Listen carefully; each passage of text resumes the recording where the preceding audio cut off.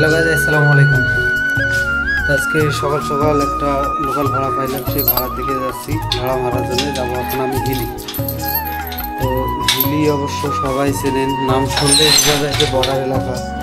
তবে সেই বর্ডার এলাকায় যাচ্ছি। আমাদের এখানে দূরত্ব প্রায় 55 থেকে 60 কিলো রাস্তার মতো হবে। আমার যাইতে সর্বোচ্চ সময় লাগবে 1.5 ঘন্টা।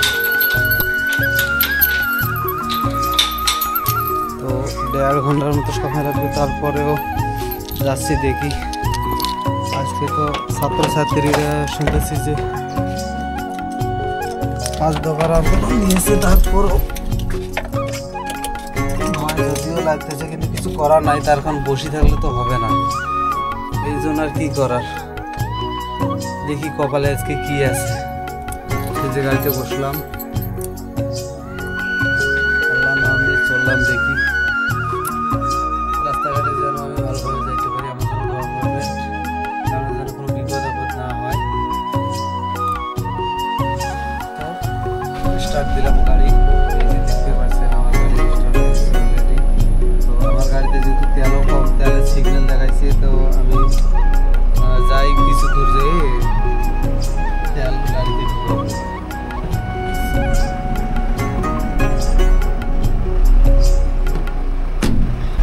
দেশের পরিস্থিতি এতটাই খারাপ, ধরতে গেলে আজকে 15-18-20 দিন থেকে মানুষ বাইরে বের হইতে পারেনি। আমার তো সমস্যা নাই, সমস্যা হলে আমার এই গাড়ি নিয়ে। তার মানে আমার গাড়ির যদি কোনো সমস্যা হয়, তাহলে কিন্তু আমার পুরো ফ্যামিলি অচল হয়ে যাবে।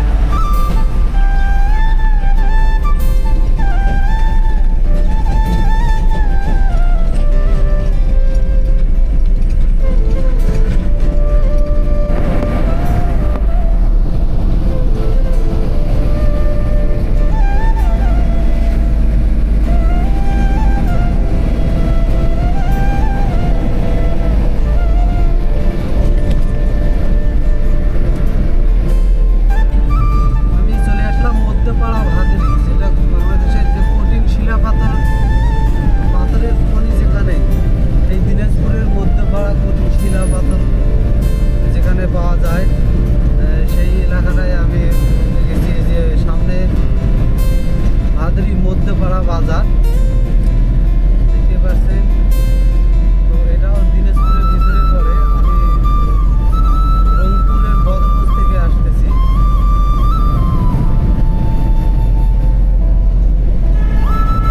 কথা বলতে বলতে সেই পাম্পের কাছে এসে গেছি। মেজাজ মধ্যশিলা ফিলিং স্টেশন, এইখান থেকে আমি কিছু তেল নিব, রওনা দিব।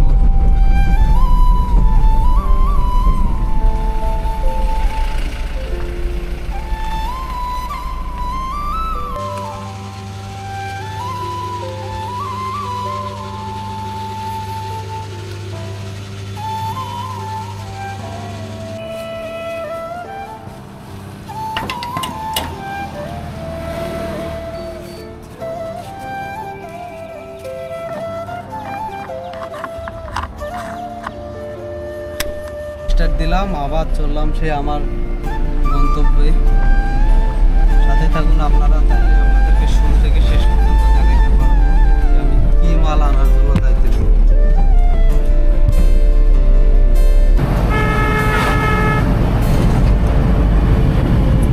আর গাইজ, আপনারা কোন ধরনের আপনাদের ভিডিও বেশি ভালো লাগে, আপনারা কমেন্ট করে জানাবেন।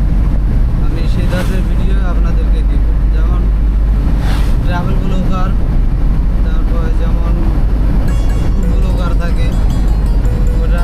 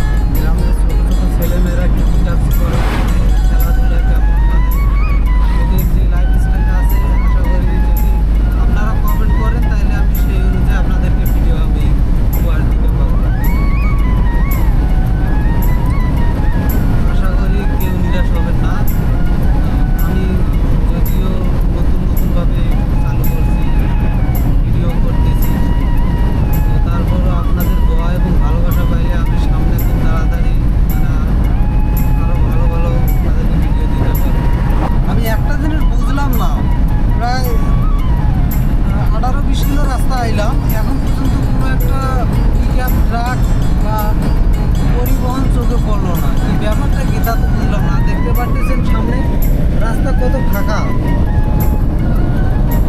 বলেন এই অবস্থায় যদি রাস্তাগুলো এরকম ফাঁকা যদি মনে হয়, যদি যানজট রাস্তাঘাটে গাড়ি ঘোড়া যদি না থাকে, তাহলে আপনার মনটা কী করবে? এখন অবশ্যই মনে হবে যে ওর কোথাও কোনো সমস্যা হয়েছে, তাহলে তো এভাবে তো রাস্তায় গাড়ি না থাকা, মানে এই যে একটা গাড়ি দেখলাম রাস্তা ধারে দাঁড়াই আছে, তাও জানি না কোন কারণে দাঁড়াই আছে। তো আমি যাচ্ছি সামনে দেখি কী অবস্থা, তার কারণ সামনের পরিস্থিতি না গেলে তো আর বুঝতে পারবো। তো আমার এখান থেকে আর 1 কিলো রাস্তার মতো আছে ফুলবাড়ি, তারপর যাবো বিরামপুর, তারপর হবে দেখেন কীভাবে ভেড়াগুলো শুকিয়ে আছে। মনে হচ্ছে যে ওদের মানে রাজপথ, রাস্তাটা যেন ওদের, তাই ওরা একবার দ্বিধার্সে শুকিয়ে আছে। এই যে রাস্তা, ভাঙাচোরের রাস্তা এলাম।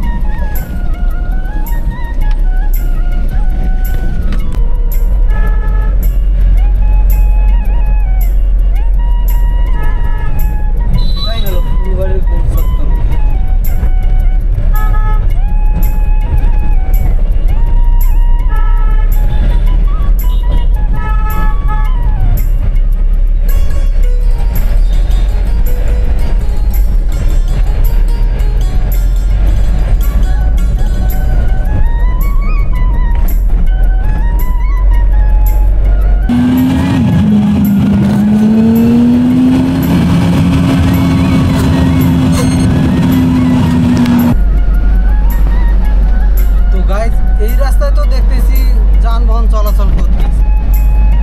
যাই হোক, মনটা একটু মানে আমার একটু তো ভালো লাগলো যে এই রাস্তায় যানবাহন চলতেছে, তার কারণ রাস্তা ফাঁকা থাকলে নিজেকেও একটু ভয় লাগে।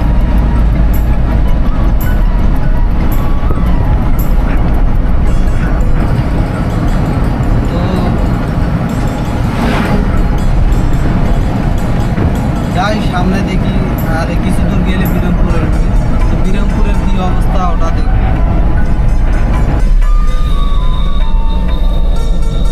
আমরা চলে আসলাম বিরামপুর।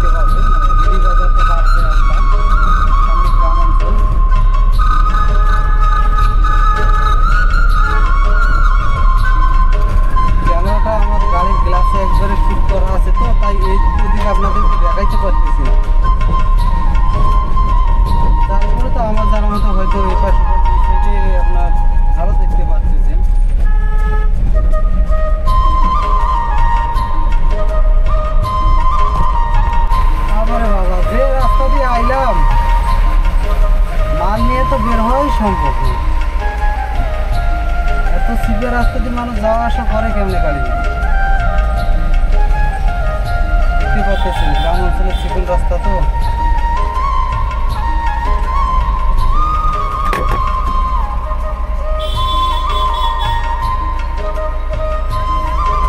সোজা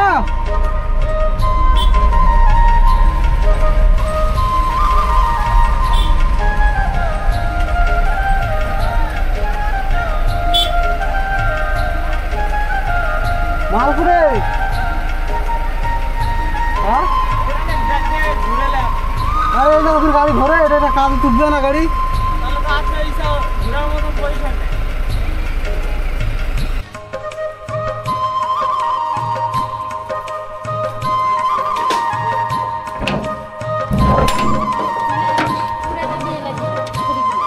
হ্যাঁ 3 গিলে তলত বেশি দিন হয়, তা ইলের উপর দিলে তবে চাপা হয়ে যাবে। তাহলে বাসার উপর এখন এখনই দিবেন।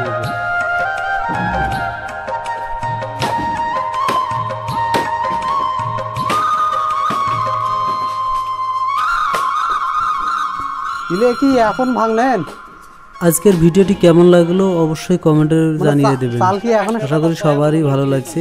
তো ভিডিওটিতে একটা লাইক, কমেন্ট পানি পাসনি এবং সাবস্ক্রাইব করতে ভুলবেন না। বন্ধুদের মাঝে শেয়ার করে দিলে আরও ভালো হয়। তো আজকের ভিডিও এই পর্যন্ত। সবাই ভালো থাকবেন, সুস্থ থাকবেন। আল্লাহ হাফেজ, আসসালামু আলাইকুম।